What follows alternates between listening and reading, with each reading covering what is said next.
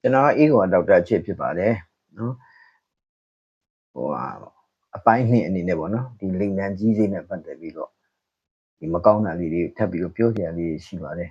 အဲ့ဒါဘာလဲဆိုတော့အဲ့လိမ်လံကြီးစေးတွေကိုဒီလိုထိုးတဲ့ခါကျတချို့ဒီ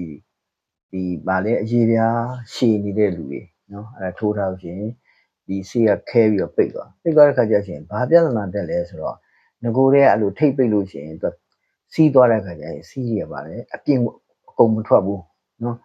ရှေ့အရေးပြားရဲ့ခံတော့အရေးပြားရဲ့အောက်ပေါ့နော်အရေးပြားအောက်လိန်နံရဲ့ဥတိုင်းခေါ်တာပေါ့နော်အဲ့ကြားထဲမှာဒီစီချိုးတွေကကပ်ပြီးတော့ကြံရင်ခဲ့တယ်ကြံတဲ့ခါကျတော့ဒီရိုးထိတ်ပိတ်တောင်မှအဲ့ဒါဖွင့်လို့ဆွဲဖြဲလို့ရတဲ့ထိတ်ပိတ်ဆိုအကြောင်းမဟုတ်တချို့ဆွဲဖြဲလို့မရအောင်အပေါက်လောက်မဲဖြစ်နေတဲ့လိန်နံထိတ်ပိတ်တာတွေနောက်ကြီးသေးထိုးပြီးတော့လာဖြဲမရတဲ့ဟာတွေအဲ့ဒါကြီးခွဲစိတ်တဲ့အခါကျရင်အထက်မှာဘာဖြစ်နေတော့စီချိုးတွေကိုကပ်စီချိုးတွေကိုကပ်ပြီးတချို့ဆိုရင်အနာတွေဖြစ်တယ်နော်အဲ့လောက်ထိကိုတော်တော်ချင်းနေဆိုအဲ့တော့ကျမကြီးရှူတော့ကနေကြည့်လို့ရှင်လဲဟိုပါပေါ့အဲ့ဒီအနံဆိုးတွေထွက်တယ်နော်အဲ့တော့ဒီထိတ်ပိတ်တာဒါတစ်မျိုးဒုက္ခတစ်မျိုးနောက်တစ်ခုကဘာလဲဆိုတော့အဲ့လိုမျိုးထိုးလိုက်တဲ့အတွက်ကြောင့်ဒီသူကလိန်နန်းအတွက်ပုံတမ်းမဖြစ်ကြည့်လိုက်တော့လိန်နန်းကြီးကြီးနေတော့ဗောနော်အမှန်ကြီးတာတော့မဟုတ်ဘူးသူကထူအန်းကြီးဖြစ်နေတယ်ထူအန်းဖြစ်တယ်ဖြစ်တဲ့အခါကျအခုနောက်ပိုင်းဆိုရင်ဘာဖြစ်လာလဲဆိုတော့ဒီ line ပေါ်မှာဟာဗာလဲဟိုဘာလဲဟိုပါပေါ့လူရဲ့တွေးကြီးကိုဟလာထည့်ပြီးတော့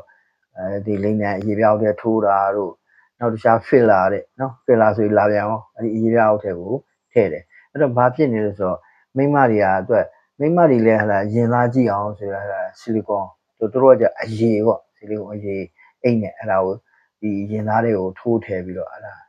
ရင်သားကြည့်အောင်တို့ကလှုပ်တို့ယောက်ျားတွေကလည်းတို့ရဲ့လိန်နံကြည့်အောင်ဆိုရအဲ့လိုပေါက်ကက်တွေရှောက်လုပ်တာပေါ့နော်ရှောက်လုပ်တယ်တချို့ဆိုရင်တော့တချို့နားလဲတဲ့လူတွေကြတော့ဗာလဲဆိုတော့ကိုယ့်ရဲ့ဟိုပါပေါ့ဒီအာသီသပြည့်ခြင်းလို့နော်စိတ်ဆန္ဒပေါ့နော်ကာမစိတ်ဆန္ဒကိုအထွတ်ထိပ်ရောက်ချင်တဲ့အခါကျတော့သူကဒီလိန်နံကြီးစေးရဲ့ဒီစိုးကျိုးကိုလူတော်တော်များများသိကုန်ပြီသိတဲ့အခါကျတော့တချို့ကမထိုးတော့ဘူးမထိုးဘဲနဲ့တော့ဗာလို့ဆိုတော့ဂေါ်လီထည့်တယ်ဖန်ဂေါ်လီပဲဖြစ်တဲ့အခုစင်တာဆီလီကွန်ဂေါ်လီပေါ်လာပြီအဲ့ဒါထည့်အဲ့ဒါတွေကတော့ဟိုတစ်ခုကောင်းတာဗာလဲဆိုတော့ဒီကြီးစေးတဲ့ဆိုင်တော့အန်ဒီကင်းတယ်နော်ဟိုထိုးပါလို့မြှောက်ပေးတာမဟုတ်ပေါ့နော်ဘာဖြစ်လို့လဲဆိုတော့ကြီးစီးကအရေးပြားကိုပစ္စည်းတယ်ညီမွေးတိုင်းဖာမွေးတိုင်းပြန်မဖြစ်နိုင်ခွဲစိတ်တော့နည်းနည်းပါးမလှမပါတော့ရှိတာပေါ့ဒါပေမဲ့သူဖြူနေတဲ့ဒီစိတ်ပိုင်းတွေထိတ်ပိတ်တာတွေအနာဖြစ်တာတွေအဲ့ဒါတွေခွဲထုတ်လိုက်ရင်တနည်းအားဖြင့်တော့ဟိုတက်တာသွားတယ်ဒါပေမဲ့ပုံတော့နည်းနည်းတော့ပြတ်သွားတယ်တေးသွားသလားဆိုတာအဲ့လိုလည်းမဟုတ်ပြန်အောင်ဘာဖြစ်လို့လဲဆိုတော့ तू ကဒီအဖုထက်ဖြစ်နေတဲ့နေရာကိုရွေးလှိလိုက်တာဟုတ်လှိလိုက်ခါကျအဲ့လှိလိုက်တဲ့ဟာလဲရှင်းပြန်ဥတိုင်းကိုလည်းထိတာမဟုတ်အရေပြားအောက်ပဲတကယ်တော့ဒီလိန်နံကြည့်လို့ရှိရင်အလဲမှာဥတိုင်းရှိမယ်အပေါ်အရေပြားရှိမယ်ဒါပဲအဲ့တော့ तू အရေပြားအောက်ထဲထည့်တော့ तू ထည့်လို့ထည့်တာများလို့ဟိုကကြီးလိုက်အဲ့ကြီးလာတဲ့ဟာကိုထုတ်လိုက်တဲ့သဘောပဲရှိတယ်ဒီသေးစရာအကြောင်းတော့မရှိဘူးနောက်တစ်ခုကဘာလဲဆိုအဲ့လိုလိန်နံကြီးသေးထိုးလိုက်တဲ့ခါကျဘာဖြစ်ဆိုလိန်နံဒီရှည်ထွက်လာတဲ့ဟာပေါ့နော်ရှည်ထွက်လာနေမှာသူအဲ့ဒါတွေကိုချုပ်ထားလို့ဖြစ်နေဘာလို့ဆိုတော့ထိုးထားတဲ့ဆေးရည်တွေကဟိုပါပေါ့အရင်အထိရောက်တာလို့စီးကုံနဲ့တစ်ဆက်တည်းဖြစ်လာလို့ဖြစ်တဲ့အခါကျတော့ဒီအရေပြားကဟိုဆွဲတင်းထားလို့ဖြစ်နေဆိုတော့လိန်နံရှိကိုတိတ်မထွက်တော့ဘူးနော်နောက်တစ်ခုကဟိုပါပေါ့ဒီလိန်နံထောင်မှတ်မှုကလည်းပုံမှန်ဟိုအရင်လိုမဟုတ်တော့ဘူးเนาะတော်တော်ဆိုးဆိုးပါပဲအဲ့တော့ဒီဆေးထိုးထားလို့ဖြစ်နိုင်တဲ့နောက်ထပ်ဆိုးကျိုးတွေကပါဆိုအဲ့ဒါဆေးထိုးပြီးတော့ရှင်ဆေးရင်းထားတဲ့အချိန်ပေါ့နော်ရင်းထားတယ်ဆိုတော့ဟိုရင်းပြောရင်ဟိုပါပေါ့ဒီကာမဆက်ရှက်တာများလို့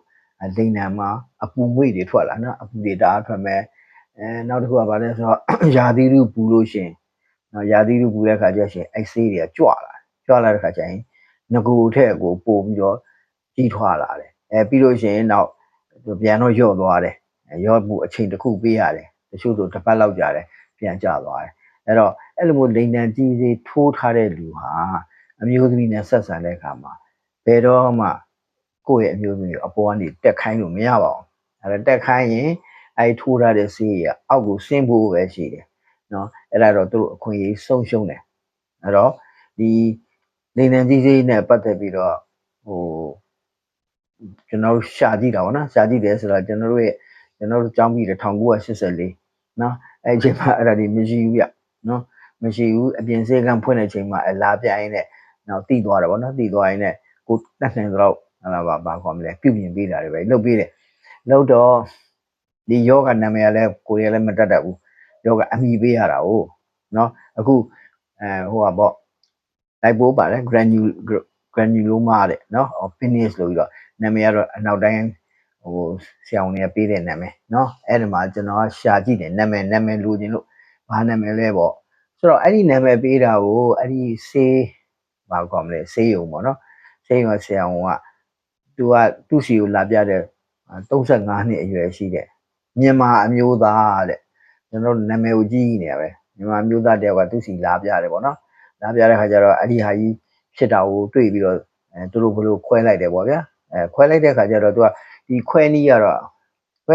င်းပြောရင်ဟိုတိတိကျကျတော့မရှိဘူးတိကျမရှိဘူးဆိုတာကသူခွဲတာလေးကတစ်မျိုးဗျသူခွဲတာဆိုတော့ဒီလိုလေဟိုရိုးခွဲတာနဲ့မတူဗျရိုးဥမာဘိုက်ခွဲတာတို့ကျွန်တော်တို့အစီကျိတ်တို့အဖူကျိတ်ကျွန်တော်တို့စီလည်းခွဲနေတာပဲအစီကျိတ်အဖူကျိတ်ခွဲဘာမှမဖြစ်ဘူးအေးဆေးပဲဘာဖြစ်လို့လဲဆိုတော့ဟိုထုံသေးထိုးလိုက်ပြီဆိုပါတော့ထုံသေးထိုးပြီးရင်ဒီရေပြားကိုကျွန်တော်ဖွင့်လိုက်ပြီရေပြားဖွင့်သွားပြီးလို့ရှိရင်ဒီအခဲကိုနော်အခဲနဲ့ဒီခဲနေတဲ့ဟာရဲ့အရေပြားကြားတွေကိုကျွန်တော်တို့ကဟိုပါပေါ့ဟိုartery force လို့ဟာမှုနဲ့လေဖြဲပြီးတော့ဟိုဝင်လာတာပေါ့နော်အထဲတွေကိုအလုံးကိုဟိုဟာအလုံးလိုက်ပအောင်အဲ့လိုမျိုးထုတ်ရတယ်ထုတ်တဲ့ခါကျရင်ဒါဟိုသူကဘာလဲဆိုတော့သူ့ဟာသူယောဂကြောင့်ဖြစ်တဲ့ဟာဖြစ်တဲ့ကြောင့်သူ့ရဲ့အဆိုင်ခဲနဲ့သူနေနေတယ်နေတဲ့ခါကျအရေပြားနဲ့သူကကတ်မနေဘူးရေပြားကိုလည်းသူကမထိခိုက်ဘူးဆိုတော့ဟိုဟပြီးတော့လုံရင်နေနောက်ဆုံးအလုံးကိုဒီကောင်အစီကျိတ်ပဲဖြစ်နောက်တခြားရှိပါတယ်ဥပမာပါလေ CB6 လို့ဟာမို့လို့လိုက်ပိုးမလို့ဓာမွိုက်ဟုတ်ပြီအဲ့ဒါဒီထုတ်တဲ့ခါကျတော့ရှင်သူကလွယ်တယ်အလုံးလိုက်ထုတ်ရတာလဲပျော်တယ်ဒါပေမဲ့နောက်ပြီးတော့ထုံသေးထိုးတဲ့ခါကျရှင်အဲ့ဒါမျိုးတွေကကောင်းထုံတယ်ဟိုဟာလူနာမနာဘူးကောင်းထုံတယ်နိုင်အောင်လုပ်နိုင်တယ်သို့တော့ဒီကြီးသေးထိုးထားတဲ့ဟာကြီးခွဲတဲ့ခါကျသူကအရေပြားနဲ့ကိုတတွဲတည်းဖြစ်နေတဲ့ခါကျထုံသေးကတချို့နေရာတွေမရောက်ဘူးထုံသေးထိုးတဲ့ခါကျဆေးရခန်းနေတော့တော်တော်နဲ့မထုံဆိုတော့ထုံသေးကိုတော်တော်သုံးရတယ်နော်ထိုးလိုက်နားလဲဆိုရင်အဲ့နေရာတစ်ခါထုံသေးထပ်ထိုးလိုက်ဟိုများသဖြင့်လည်းရတာများတယ်ဒါကံကောင်းတာလည်းပါတော့လေအဲ့တော့ဟိုနိုင်လဲပြီးကန်ကြီးကျတော့နာတော့ဘောက်ဆိုခွဲစိတ်ကျန်တစ်ခါကျရင်မိနစ်40လောက်ကြာသွားတယ်နော်ဟိုရိုးအလုံးထုတ်လို့ရှိရင်ကျွန်တော်ဒီမှာနဲ့မိနစ်အစိတ်လောက်တိတ်ခဲ့ရင်မိနစ်30ပေါ့ဒီလောက်ပဲဟိုရွှေပန်းအငုံလို့ပါဆိုရင်ကျွန်တော်တို့ဆိုရင်ဒါတစ်ယောက်တည်းခွဲနေတာရွှေပန်းအငုံမိနစ်20ပဲကြာတယ်နော်ဟိုကြွပြောတာမဟုတ်ပါဘူးဘာလို့လဲဆိုတော့ဒါကိုလောက်တာကိုပြောတာလीနော်မိနစ်20ပဲကြာတယ်လွယ်တယ်အဲ့တော့ထုံစည်းကထိုးတဲ့ခါကျရင်တော်တော်နဲ့မထိရောက်တော့ဟိုလူနာကိုလည်းချော့မော့ပြီးတော့အမှဟိုလိုတဲ့နေရာနာသေးတယ်ဆိုထုံသေးထပ်ထိုးနေအဲ့လိုလုပ်ရတယ်လုပ်တဲ့ခါကျတော့ခုနပြောတော့ခွဲတဲ့အခါမှာဖြူခဲနေဖြူပြီးတော့ဟာလားအရေပြားဘာမှလုပ်လို့မရတော့အနာဖြစ်နေဆိုတော့ဒါကြီးကလှိထုတ်ပြရမှာပဲလှိထုတ်တဲ့အခါကဲဘယ်လိုပြန်စားထည့်မလဲအဲ့နေရာဒီဂလိုင်းကြီးနေရာတော့စေးဦးနေမှာလို့ဆိုရင်တော့သူကဒီပေါင်ကရေပြားယူတော့ကတ်တာတို့ဘာတို့လုပ်ကြတယ်နော်နောက်တစ်ခုကဘာလဲဆိုတော့အရေပြားတစ်ခုလုံးကိုဆွတ်ချွတ်လိုက်တာဘာမှမရှိတော့ဘူးသူကဥတိုင်းတစ်ခုပဲထားခဲ့တယ်ပြီးတော့အဲ့ဒီဥတိုင်းကိုဘာလုပ်လဲဆိုတော့ကပ်ပဲအိတ်နော်ကပ်ပဲဆိုအောက်ကဘောပေါ့နော်ဘောအလေကောင်းနေဖောက်ပြီးတော့အဲ့ဒီအချောင်းကြီးကိုအထဲထဲထိုးထည့်ပြီးရှင်းဖွက်ထားတာဖွက်ထားတယ်ဆိုတာကအချောင်းကြီးကအရေကုန်စုပ်ပြီးရိုင်းထားလို့လည်းမဖြစ်ဘူးရိုင်းထိုင်ဟိုငပြောသီးနေလားငပြောကြောက်ဖြစ်သွားလိမ့်မယ်အကုန်လုံးရှုံထွက်ပြီးတော့အမှသိပေါက်တဲ့လမ်းကြောင်းတော့နည်းနည်းဟိုဟာအနှောက်အယှက်ဖြစ်သွားနိုင်တာပေါ့နော်ဆိုတော့ဟိုဒီမသက်လောက်ပေါ့ဗျပြောရမှာဆိုရင်ဒီမသက်လောက်အထဲထဲမှာဖွက်ပြီးတော့ထည့်ထားချုပ်ထားရတယ်ပြီးတော့နောက်3လလောက်ကြာတဲ့ခါကျအဲ့ဒါလေးကိုတစ်ခါပြန်ပြီးတော့ခွာထုတ်ပလိုက်ရတယ်ခွာထုတ်မှာဘောတတလိန်နံတတဆိုတော့အဲ့တော့မှပဲဟိုဘာခေါ်မလဲပုံစံတရားပြန်ဖြစ်သွားတယ်နှမို့ဆိုရင်မရအောင်အဲ့တော့ပြောချင်တာတော့ဒီလိန်နံကြီးစေးနဲ့ပတ်သက်ပြီးတော့အဲ့ဒီနောက်တစ်ချက်ကပါဆိုအဲ့လိန်နံကြီးစေးထလာတဲ့ခါကျတော့ရှင်လူကဖြားခြင်းလို့နာခြင်းလို့အဲ့မှုတွေခံစားတတ်ရတယ်နော်ခံစားတဲ့ခါကျတော့အဲ့အချိန်သူတို့တွေကတော်တော်စိတ်ညစ်သွားပြီနော်စိတ်ညစ်သွားတဲ့ခါကျရင်အဲ့ခွဲဖို့စိတ်ဖို့တို့မလုပ်ရမလဲပေါ့နော်သူတို့တွေ ပတ်ဝန်းကျင်ကိုတိုင်ပင်မယ်လေ့လာတယ်စုံစမ်းတယ်လာခွဲကြတယ်ပေါ့နော်ဒါဒီလေနံကြီးစိတ်နဲ့ပတ်သက်ပြီးတော့နောက်ထပ်သိတင်တာလေးတွေပေါ့နော်တင်ပြတာပါကျေးဇူးတင်ပါတယ်နော်